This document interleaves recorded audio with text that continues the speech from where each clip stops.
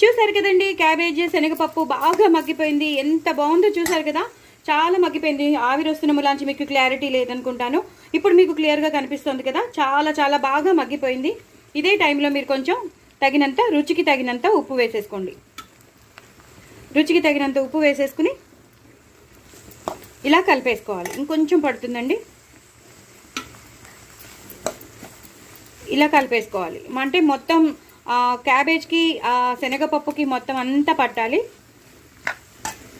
చాలా బాగుంటుందండి, కూర మాత్రం అదిరిపోతుంది. కొంచెం నూనె వేసుకుంటాను నేను, మరీ తడి తడిగా ఉండకుండా కొంచెం నూనె వేసుకుంటే బాగుంటుంది కదా కూర అనేది. తినేది ఏదో మంచిగా ఆనందంగా తినాలి కదండి. ఏ కూర తిన్నా, ఏ పచ్చడి తిన్నా, ఏ పప్పు తిన్నా ఎంజాయ్ చేసుకుంటూ తినాలి, అప్పుడే బాగుంటుంది కదా. సో ఇదంతా బాగా ఉడికిపోయింది కదా. ఇప్పుడు నేను కొంచెం పంచదార వేస్తానండి, కొంచెం, ఎందుకంటే ఇలాంటి క్యాబేజ్ కొబ్బరి వేసేదానికి వేయాలన్నమాట.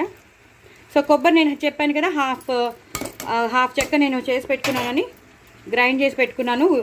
పచ్చిమిరపకాయలను వెల్లుల్లిపాయలు వేసి దాన్ని ఇప్పుడు ఇందులో వేసేసి పూర్తిగా కలిపేసుకోవాలి. మనం ఉప్పు వేసాం, పంచదార వేసాం, గ్రైండర్లో ఏమో కొబ్బరి, వెల్లుల్లి, అలాగే పచ్చిమిరపకాయలు, అవన్నీ నేను ఇందాక చెప్పాను. హాఫ్ చెక్క కొబ్బరి, ఒక 4 వెల్లుల్లిపాయలు, ఒక 5-6 పచ్చిమిరపకాయలు, 3 కలిపేసి నేను గ్రైండ్ చేసి పెట్టేసుకున్నాను.